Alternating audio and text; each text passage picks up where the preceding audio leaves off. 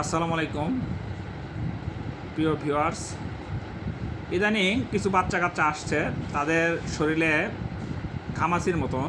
এখন যেহেতু গরম, এখন গরমের মধ্যে অনেকে মনে করতেছে এটা ঘামাচি, মনে করে চিকিৎসা নিচ্ছে না।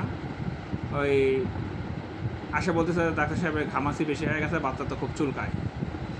বা অনেকে আরও একটু ইয়ে করে বলে যে ভাই বাচ্চার তো অ্যালার্জি হচ্ছে, বাচ্চার তো শরীরে চুলকায় খালি।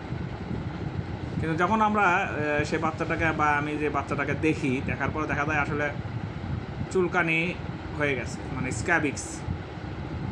এখন স্ক্যাবিক্সটা আসলে কেমনে বুঝবেন? সেটা হচ্ছে স্ক্যাবিক্স যাদের হবে হাতের এই নখের মধ্যে, এগুলা চিপাই হবে, শুধু তো চিপাই বেশি হয়, প্রথম একটা দুইটা তিনটা করে হয়, তারপর আস্তে আস্তে আস্তে আস্তে পুরো শরীরই ছড়াইয়া পড়ে। এবং সেগুলো ঘামাচির মতন হলে যেমন আপনি চিবি দিবেন, পানি বের হবে, পানির রসের মতন বের হবে।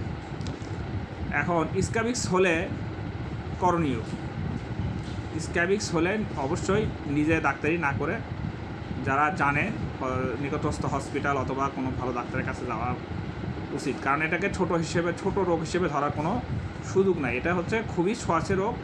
এটা একজনের কাছ থেকে পুরা পরিবার, পুরা এলাকা, পুরা অঞ্চল পর্যন্ত ছড়িয়ে যেতে পারে। এবং স্ক্যাবিক্স হলে খুবই কষ্ট হয়। এটার সাধারণত দিনের বেলা যতটুকু না চুলকায়, রাতের বেলা বেশি চুলকায়। স্ক্যাবিক্সের প্রাথমিক যে চিকিৎসাগুলো দেওয়া হয়, যে প্রাথমিক চিকিৎসার মধ্যে হচ্ছে যদি ঘায়ের মতন হয় বা বেশি চর্মরোগ হয়ে মানে ক্ষতস্থান হয়ে যায়, সেক্ষেত্রে আপনার ফ্লুক্লোক্সাসিন অ্যান্টিবায়োটিক ইউজ করা হয়। একটু অ্যান্টিহিস্টামিন দেওয়া হয় চুলকানোর জন্য, জাইরিল অথবা আর্টিকা অথবা অ্যালাপটল এই টাইপের ওষুধ। এবং হচ্ছে শরীরে মাখার জন্যে লোশন অথবা ক্রিম ব্যবহার করা হয়।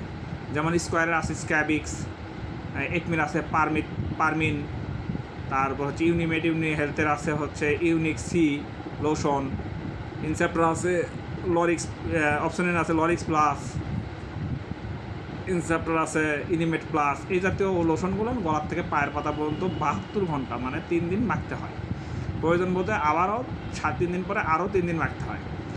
কিন্তু যদি বেশি পরিমাণ হয়ে যায় তাহলে অবশ্যই নিজেরা চিকিৎসা না করে অবশ্যই আপনাদের একজন চিকিৎসকের দেখার। কারণটা হচ্ছে স্ক্যাবিক্সের একটা ধর্ম, সেটা হচ্ছে কখনোই মুখমণ্ডল বা মাথায় এগুলো হবে না, গলার নিচ থেকে পায়ের পাতা পর্যন্ত গোপন অঙ্গটঙ্গ সব জায়গায় হবে।